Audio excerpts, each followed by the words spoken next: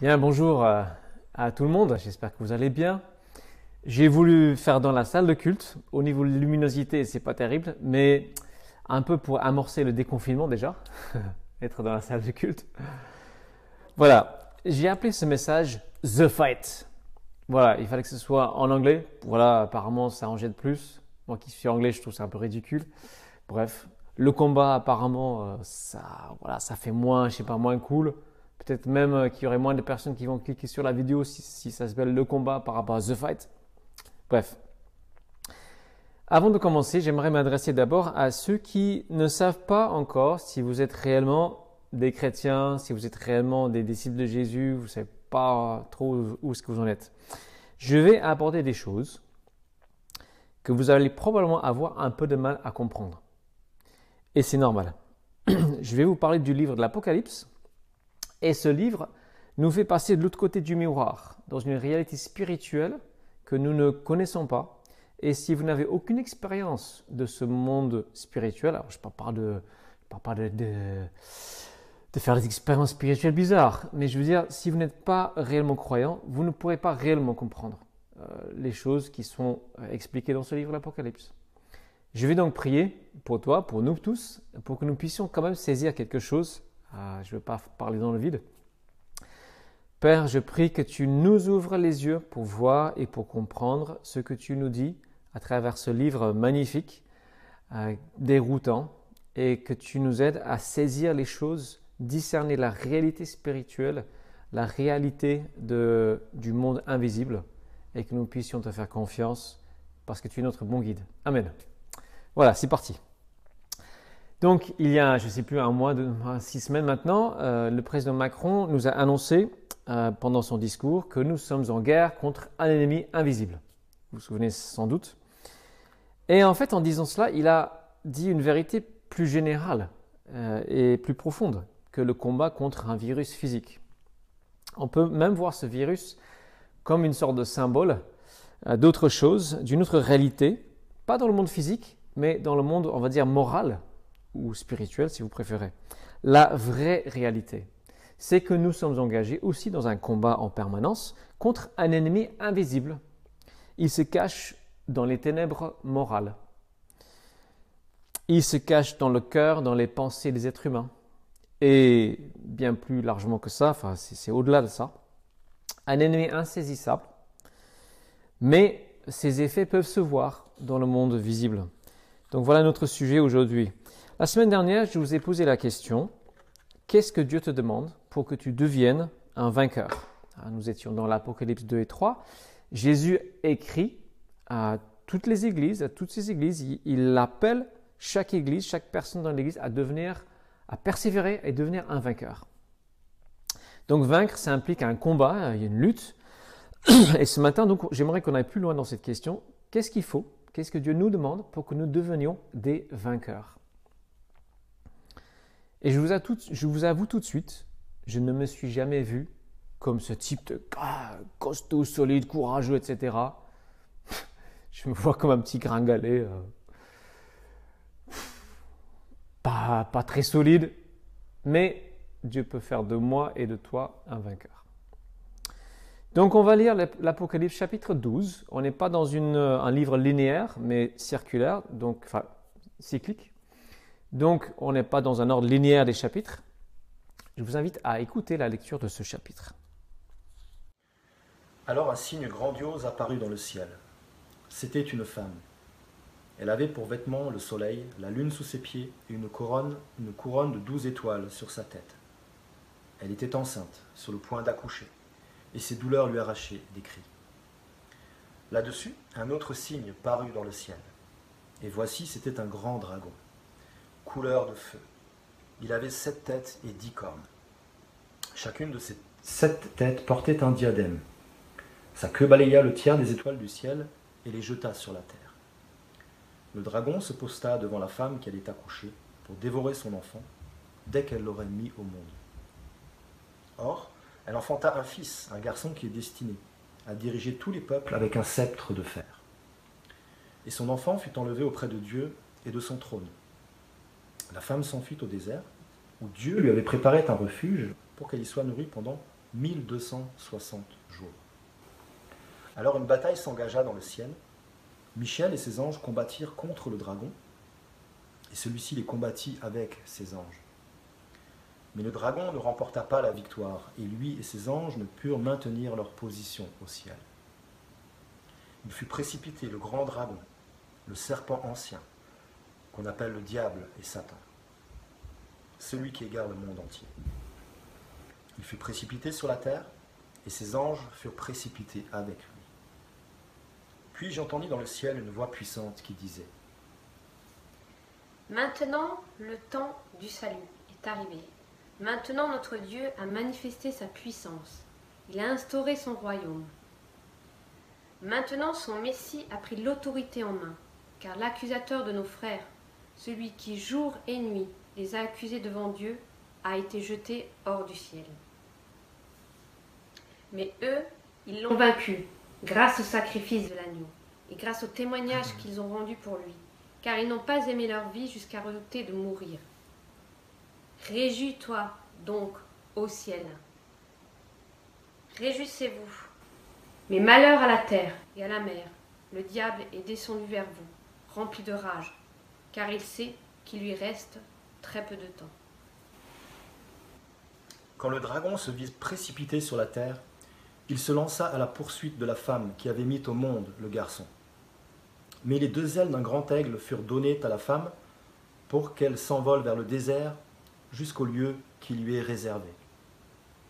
Là, elle doit être nourrie pendant 1 temps, 2 temps et la moitié d'un temps, loin du serpent. Le serpent vomit de sa gueule, derrière la femme, de l'eau abondante comme un fleuve pour qu'elle soit emportée dans ses flots. Mais la terre vint au secours de la femme. Elle ouvrit sa bouche et absorba le fleuve que le dragon avait vomi de sa gueule. Alors, furieux contre la femme, le dragon s'en alla faire la guerre au reste de ses enfants, c'est-à-dire à ceux qui obéissent au commandement de Dieu et qui s'attachent au témoignage rendu par Jésus. Il se posta sur le rivage sablonneux de la mer. Voilà, donc la première chose est d'essayer de comprendre le symbolique de ce chapitre, le symbolisme, et ensuite tirer des leçons pour notre vie quotidienne. Donc d'abord, qui est quoi dans ce passage? On a quelques personnages principaux, une femme et son fils, un dragon, des anges et à la fin des enfants de la femme, d'autres enfants. L'identité du dragon est très claire, c'est expliqué au verset 9, c'est le diable, celui qu'on appelle Satan. En hébreu, Satan veut dire accusateur et au verset 10, c'est repris l'accusateur de nos frères. Un dragon, c'est un animal mythique, très puissant, terrifiant, destructeur. Et il est là pour montrer la véritable nature de Satan. Bien sûr, ce n'est pas littéralement un dragon, c'est un symbole. Ailleurs, Satan va se déguiser en ange de lumière, il va se présenter sous un air très séducteur, très beau, mais ce symbole montre la réalité derrière, c'est qu'il est un puissant destructeur une nature de destructeur. Et il y a un symbolisme, comme toujours dans l'Apocalypse, avec les chiffres. Il n'a pas littéralement 10 cornes. La corne dans la Bible représente la force, la puissance. 10, un grand nombre, il est très puissant, tout simplement. Il a 7 têtes. Alors, on sait maintenant, vous savez que 7 est le chiffre divin, la perfection. Là, c'est une façon de dire en fait que, et on va voir dans les chapitres plus tard, que Satan, l'ennemi, il est dans l'imitation de Dieu. Il se veut Dieu, il est rival de Dieu. Il porte des diadèmes sur sa tête, ce sont des symboles de la royauté d'un roi. Il veut régner. Et d'une certaine manière, il domine. Moins évident, l'identité de la femme. L'Église catholique voit en elle Marie, la mère de Jésus. Alors, je pense sincèrement que c'est une fausse lecture, mais je vais expliquer pourquoi. Effectivement, dans le verset 5, elle est décrite comme celle qui enfante le Messie. Verset 5 parle du Messie, celui qui est né pour régner sur le monde entier. Citation encore du psaume 2, prédication sur le psaume 2 sur le site, si vous voulez comprendre un peu plus. Et ce texte peut être lu comme décrivant ce qui s'est passé à la naissance de Jésus. Il n'y avait pas de dragon, mais le roi Hérode a essayé de supprimer tous les nouveau-nés dans le village de Bethléem à la naissance de Jésus pour éliminer un rival potentiel. Et à travers lui et ses soldats, il y a quelque part la main du dragon. Il se manifeste en fait à travers toutes les personnes qui s'opposent au plan de Dieu. Et peut-être vous avez en tête ce texte dans les évangiles, Pierre dit à Jésus, « Non, tu n'iras pas à la croix ». Et Jésus dit, « Arrière de moi Satan ». En fait, là, tu es en train de manifester le dragon. C'est une manifestation du dragon. Et puis, au verset 19, cette femme, non pas 19, je ne sais plus le verset, elles s'enfuient au désert. Et effectivement, Marie et Joseph et Jésus, ils se sont enfuis en Égypte après la naissance de Jésus. Égypte, terre désertique. Donc, l'Église catholique la dépeint Marie comme cette femme et elle est appelée la reine du ciel. Alors, c'est vraiment une forme d'idolâtrie qu'il faut dénoncer. Elle n'est pas la reine du ciel. Mais ça vient de ce chapitre-là, ces images de Marie. Qui est donc cette femme ? Elle a un rôle qui ne peut pas se limiter à un seul être humain, physique. Nous sommes dans un livre symbolique. Elle a sur la tête, elle est couronnée de 12 étoiles. Vous savez que maintenant, le chiffre 12 symbolise le peuple de Dieu dans son ensemble. 12 tribus dans l'Ancien Testament, 12 apôtres pour fonder le nouveau peuple de Dieu.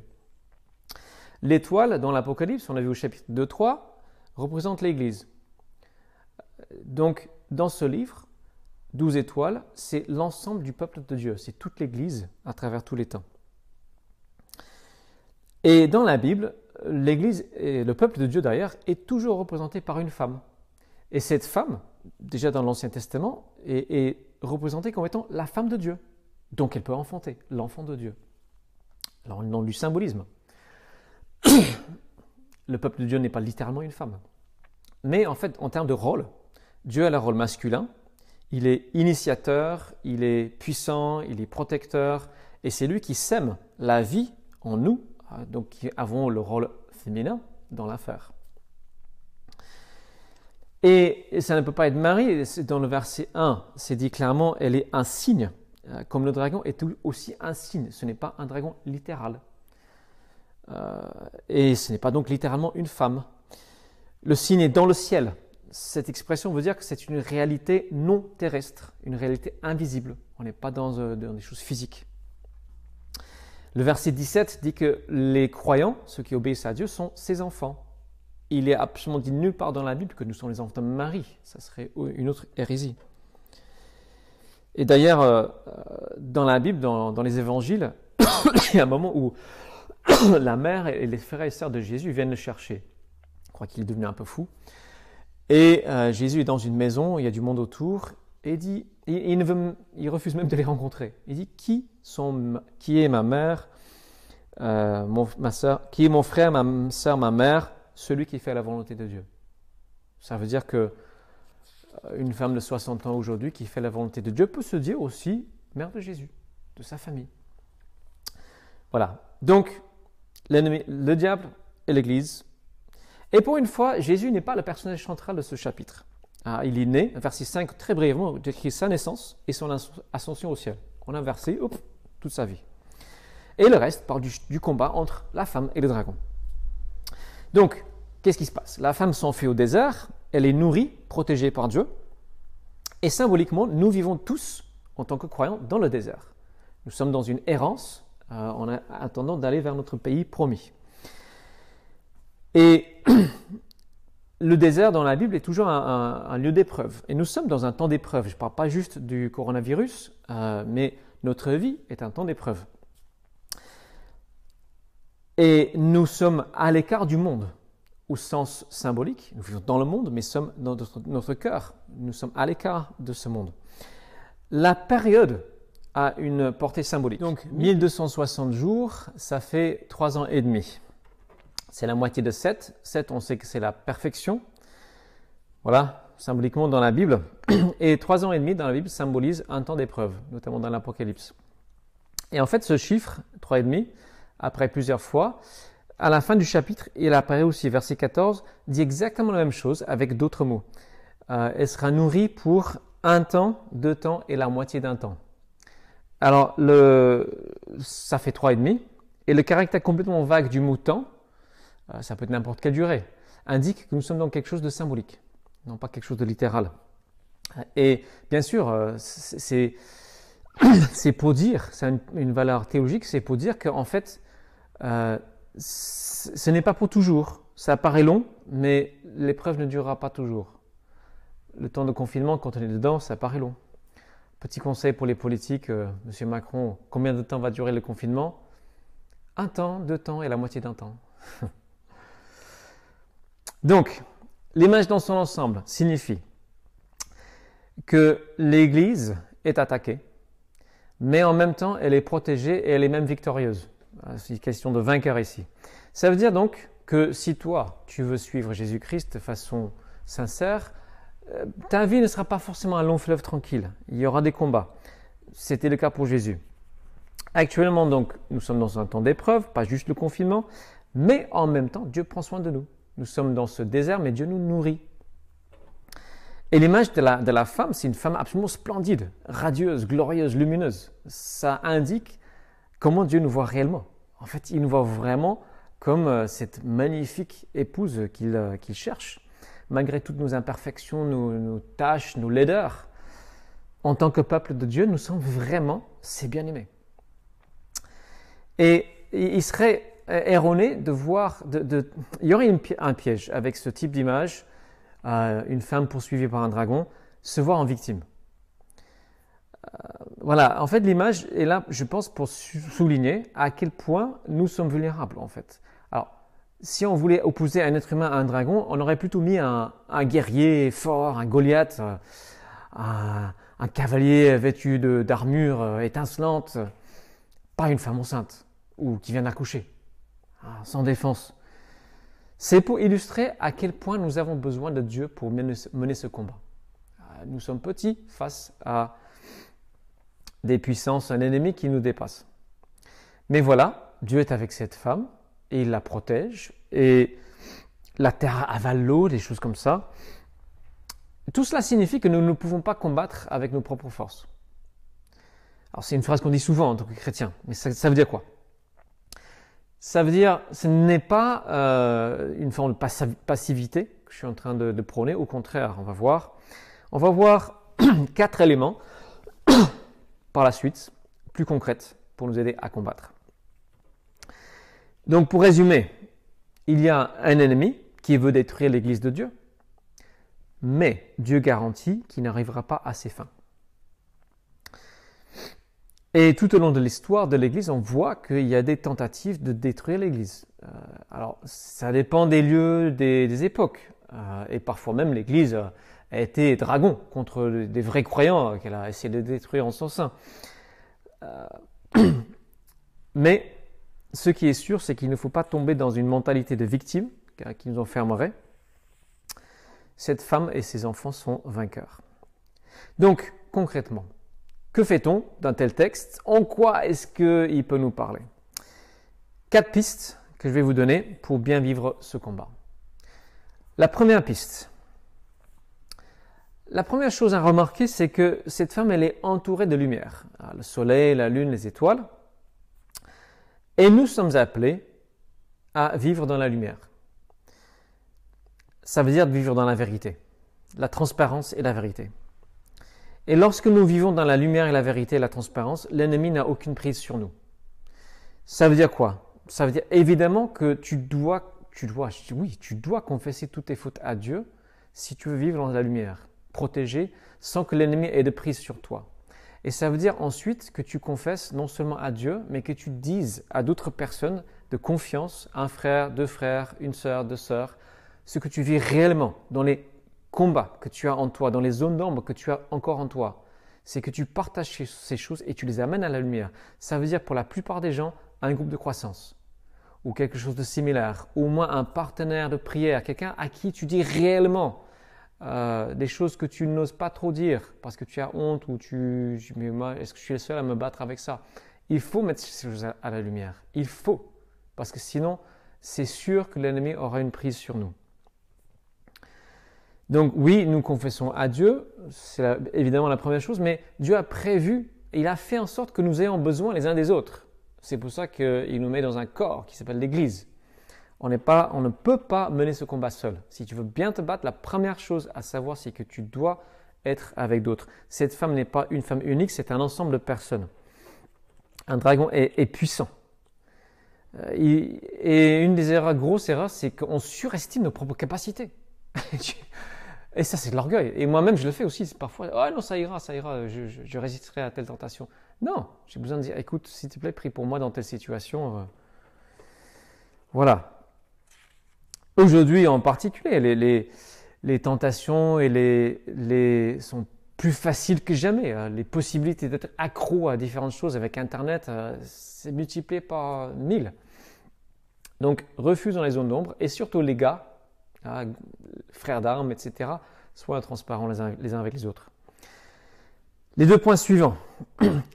Ce chapitre lui-même nous donne les 2 clés centrales pour vaincre. C'est au verset 11. Alors le verset 10 dit que Dieu a manifesté sa puissance, il a instauré son royaume, son autorité est en place, l'accusateur est jeté hors du ciel, et eux l'ont vaincu grâce au sacrifice, ou traduit littéralement le sang de l'agneau, et grâce au témoignage qu'ils ont rendu pour lui, car ils n'ont pas aimé leur vie jusqu'à redouter de mourir. Donc, ce verset parle d'abord de tous les croyants qui sont morts pour leur témoignage, pour avoir témoigné à Jésus-Christ. Voilà. Il parle de ceux qui n'ont pas redouté de mourir pour lui. Alors, et il dit que ce sont les vrais vainqueurs. Ce sont eux qui sont véritablement vainqueurs.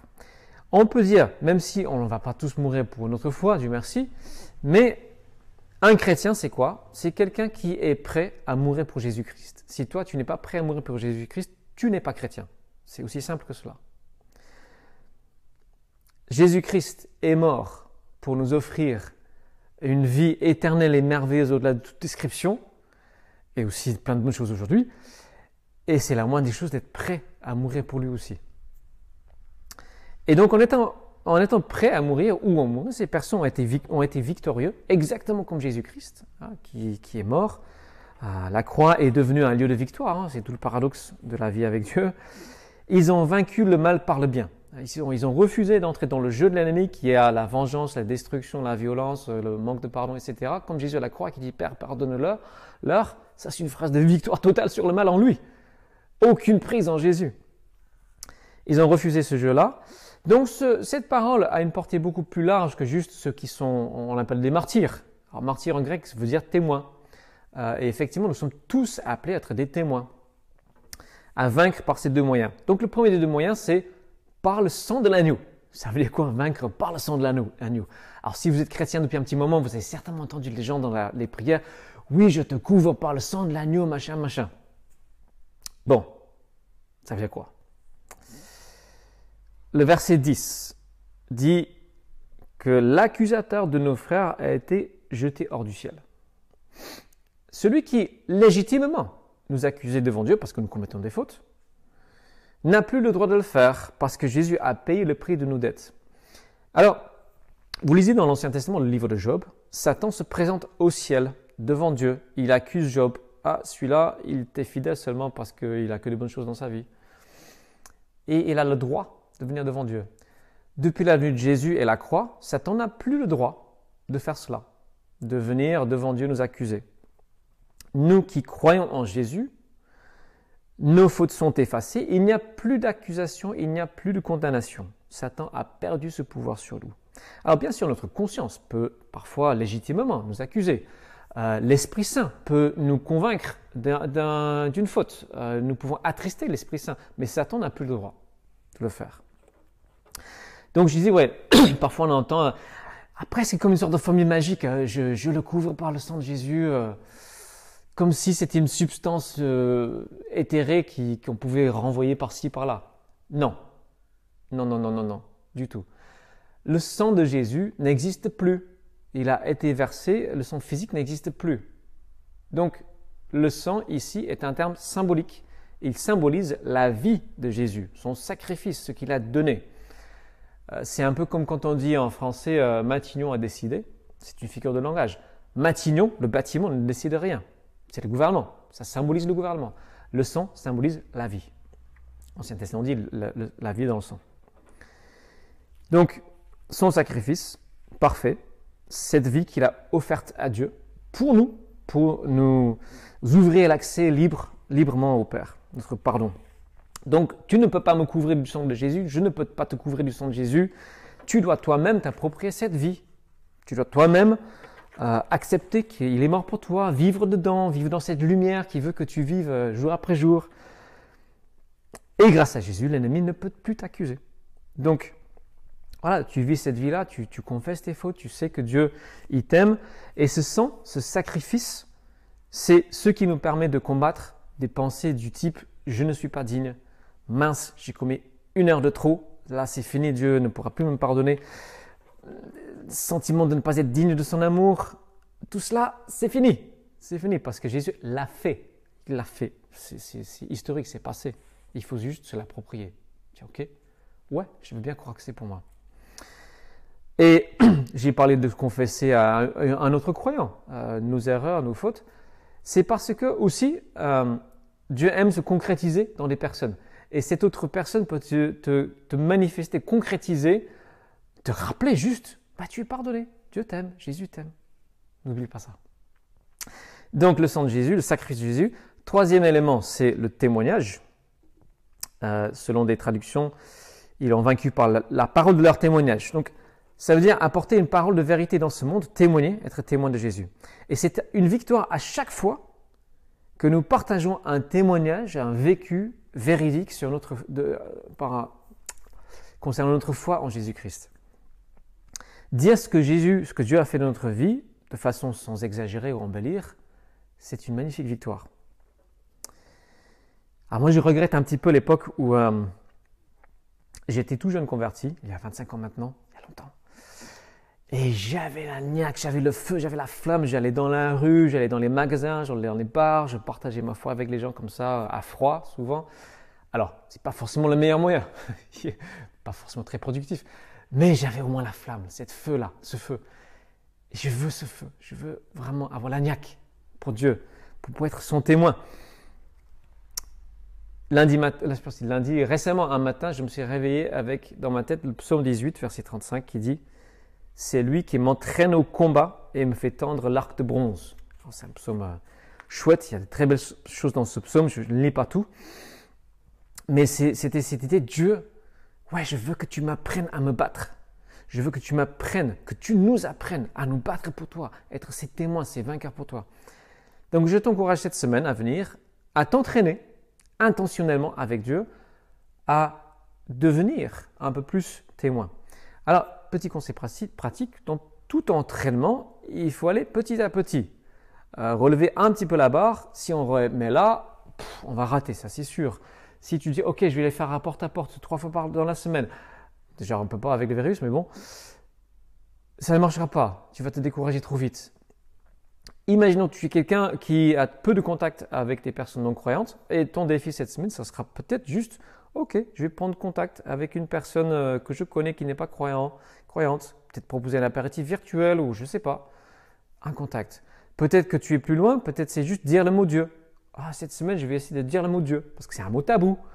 Briser un tabou dans la société française, c'est une victoire de faire ça parce que on rappelle à nos contemporains la réalité ultime qui est Dieu, qui n'est pas le matériel. Ça peut être encore plus loin, dire Jésus. Jésus, c'est encore plus précis, pointu. Donc, soyons volontaires, prêts à nous dépasser, Dieu nous ouvrira les portes. Dieu va agir. Et l'autre facette de ce combat, c'est le combat contre notre propre nombrilisme, notre propre confort. Nous vivons dans une société qui, le bien-être, c'est le plus important, le bien-être personnel. Ce n'est pas toujours facile. On est d'accord, ce n'est pas par exemple facile de réussir une cellule. Une cellule a pour principe la multiplication, d'inclure d'autres personnes, des gens qui sont au début pas croyants et qui deviennent croyants. Ce n'est pas évident.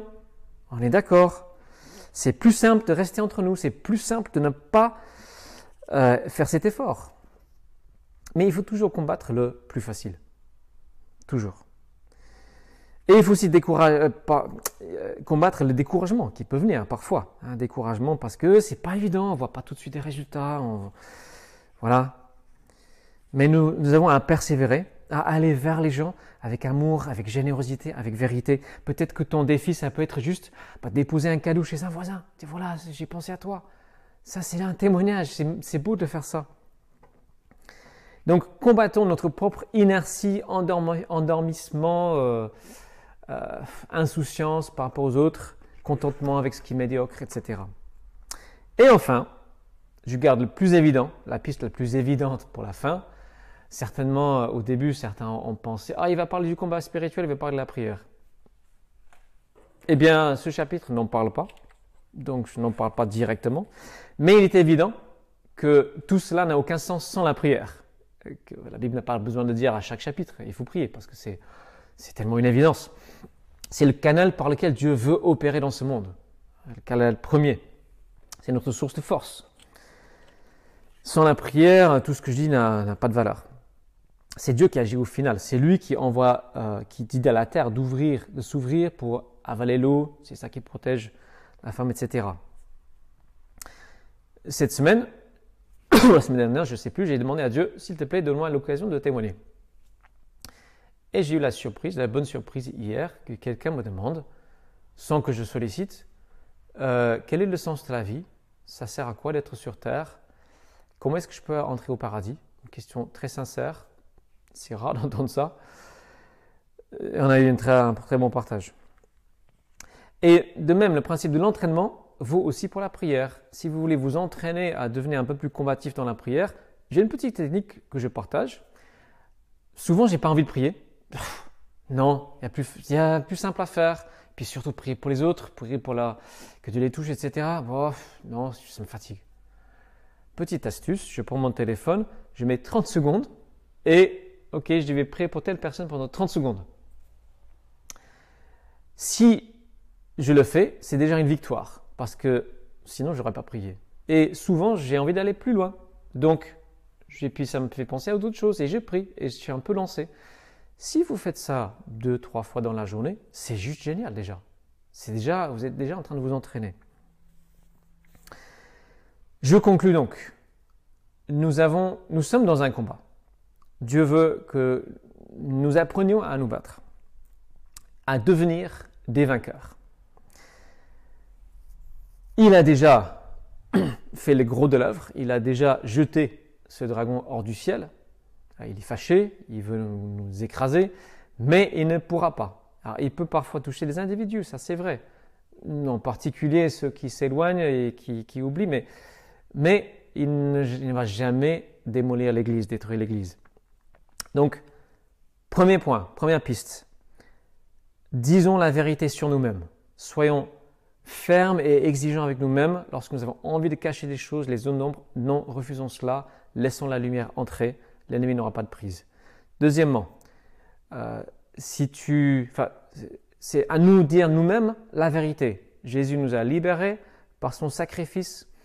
Nous pouvons combattre les pensées d'indignité, de ne pas être aimés par cette vérité-là. Troisièmement, aller plus loin vers les autres, cette parole de témoignage, apprenons à témoigner, entraînons-nous avec intentionnalité pour devenir ces combattants.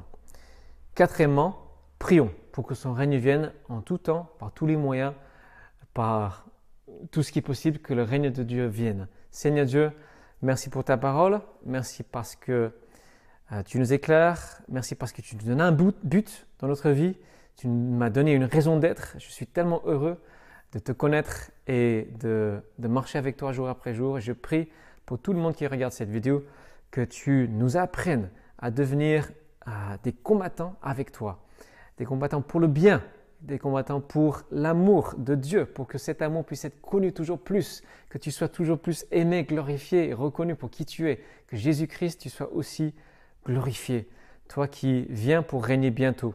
Et tu vas nous introduire dans ce règne absolument indescriptiblement merveilleux et glorieux et fantastique. Viens Seigneur Jésus. Amen. Bon dimanche à tous.